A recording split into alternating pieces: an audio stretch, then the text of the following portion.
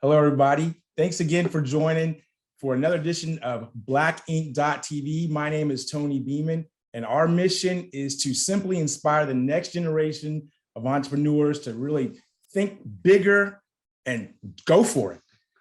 And my next guest definitely embodies that. We have the incredible Meredith LeJuene, and she is an award-winning public relations professional with a 15-year track record or more as a veteran in the industry. What Meredith does is develop and execute numerous high-impact media relations and social media campaigns. She's worked with incredible and big organizations like Forbes, ESPN, Toyota, Billboard, Coca-Cola, and Ebony, just to name a few. Now, Meredith has been recognized as one of the top public relations professionals. She's actually been given many awards. I don't want to give too much away, but you know what? One of the things that really impressed me was how she was named to New York PR's top 15 professionals under 35. I mean, Meredith, thank you for joining us here on BlackInc.tv. You know, I don't want to take too much away from you. Can you maybe tell us, you know, about yourself? Tell us where you're from, how you grew up, you know, how you became a PR professional. Yeah, tell us a little about yourself. Sure, yeah. So Meredith LeJuene, thank you for the introduction. Meredith LeJuene, owner of Thought Bubble Communications, a boutique PR firm that is based in the greater New York City area. We cater to small to medium-sized businesses that are specifically owned by women founders and BIPOC founders, really wanting to elevate the voice of those two particular audiences in whatever space that they may occupy. So a little bit about me. I'm originally from Virginia Beach, Virginia, moved to New York in 2016 with my family, and it's just been, you know, opportunity after opportunity being here. I've been in public relations for 16 years now, and the owner of Thought Bubble for the past 10 years. So really happy to be in this space. I love doing what I do. Worked in the multi-housing space. I've worked in high-tech B2B.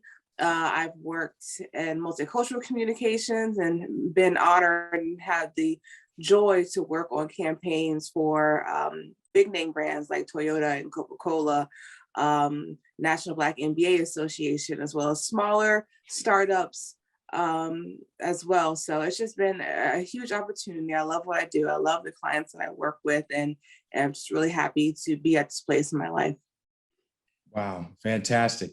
So now I just want to just explain to everybody, BIPOC is Black, Indigenous, and People of Color. Is that correct? That's it. Fantastic. You know, I think I did some research on you, and I saw that you were also part of Delta Sigma Theta sorority. That's right. You know, my oldest sister is a Delta. You know, I myself am a Kappa. And you know what else we got in common is my bachelor's degree is in advertising, public relations, journalism. All right. Yeah. What attracted you to public relations? You know, I've always been a writer, right? So, and writing really is the foundation. Writing and research is the foundation of public relations. A lot of times we'll see like the glitz and glamour of PR, but that maybe makes up for like 10 to 20% of what we actually do. So just the ability to write creatively and to write strategically is what really attracted me to PR. Wow. I totally understand, you know, because when I first was in college, from what I remember, you know, it seemed like, oh, it seems so glamorous, you know, but what I didn't realize was all of the writing, and it was actually a journalism major. But I loved it. We did a lot of campaigns and stuff. You know, as a Black female, what do you think is so important in this day and age of social media to really protect your brand, and why do you feel that you're so good at being able to direct large brands at being so good at protecting their brand? Yeah. So I think specifically when it comes to Black brands and then just brands that are owned by minorities in general, whether it be women, whether it be African American, whether it be Hispanic, Latino, whatever that minority brand is, there we traditionally don't have a huge voice in the space, in the general market space.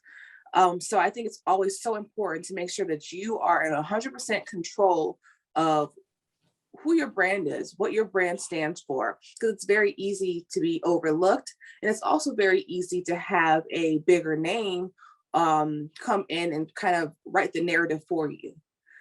So I think it's very, very important to specifically say who you are and what you stand for and who you cater to.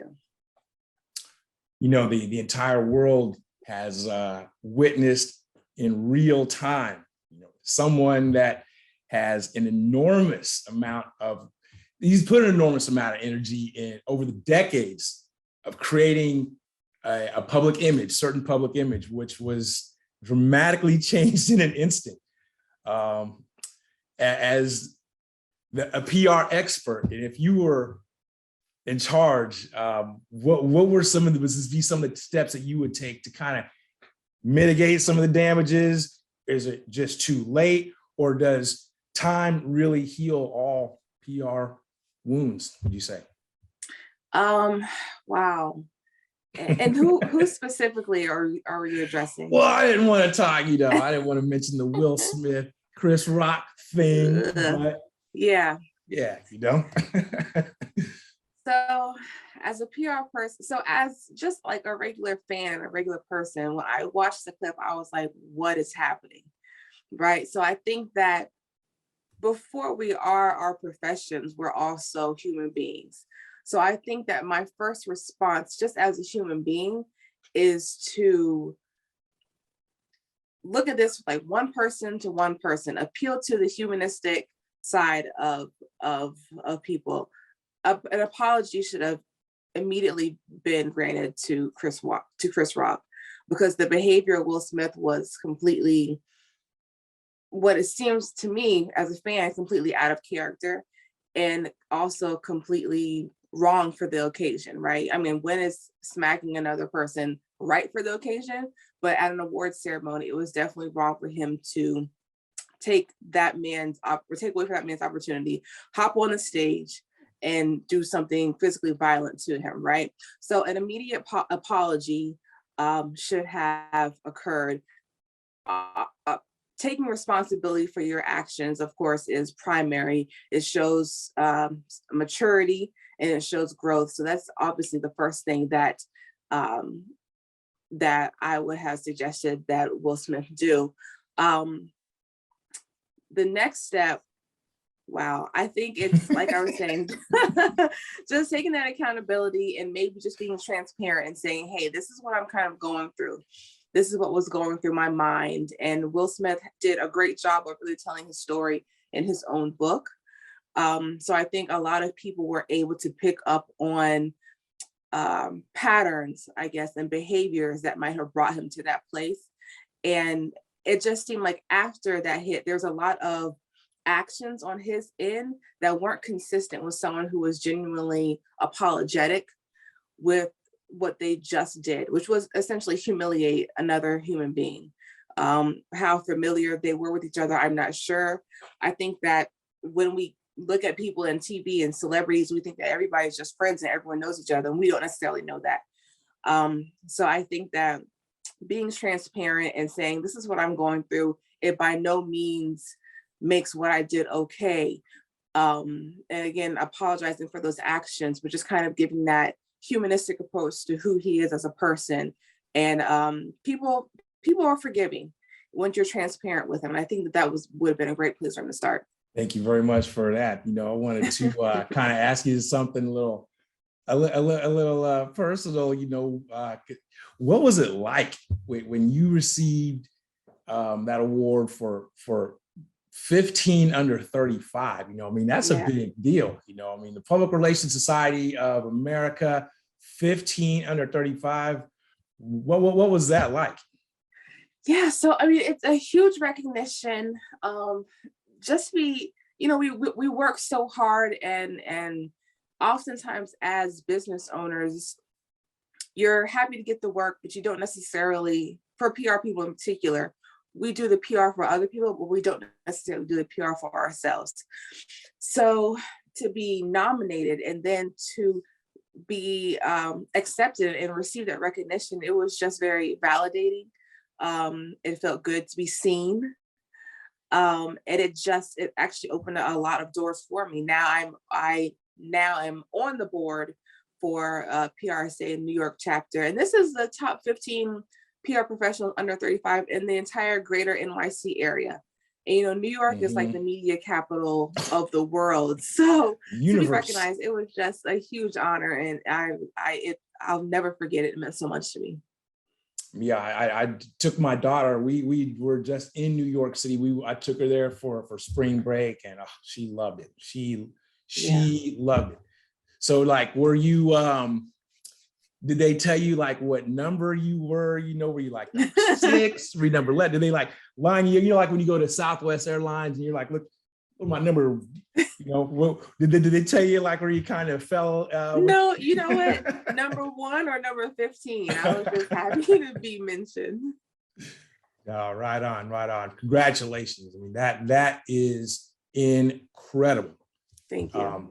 Wow. What's next for you in Thought Bubble Communications? What is like going big look like? And what advice would you give to aspiring entrepreneurs to not be afraid and really just go for it? Yeah. So what's next? So Thought Bubble is really in a great position that we're working with a lot of amazing brands.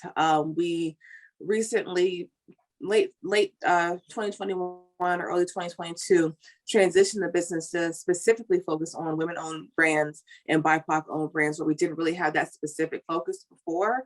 And the main reason for that is because, that is my demographic, right? I am a woman founder. I'm a Black woman founder, and I really wanted to speak to people who I can relate with and work with people who I can relate with. So we really want to reposition the firm so that it's specifically speaking to this audience that I just feel like tends to be the underdog, and really give them an opportunity for the voice to be heard.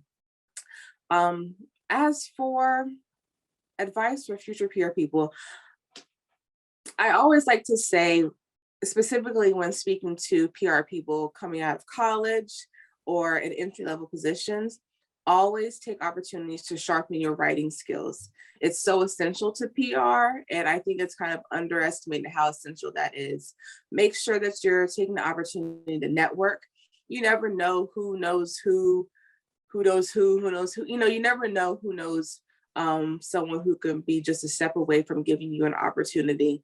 I think you should always stay hungry and be open, especially if you're new in your career or new to starting a business. Just be open to opportunities. You never know how your business can really unfold and take you to places and to a level that you might not have imagined. That is great advice. I always tell people one relationship can change the entire course of your life and your family's life. So absolutely. Be open, and I want to be definitely respectful of your time. Meredith, thank you very, very much. It's an honor to speak with you, and really appreciate it. Look forward to catching up with you down the road and seeing how many more big brands and everything. Hey, you never know. I know I might need some help myself. So yeah, you never know. Right on. Again, thank you very much, Meredith. That's all the time we have for today on BlackInc.tv. I'm going to put my link for my LinkedIn profile here at the bottom of the page. Hit me up. But remember, think big, go for it. My name's Tony Beaman. Everybody have a great day, and see you next time on BlackInc.tv.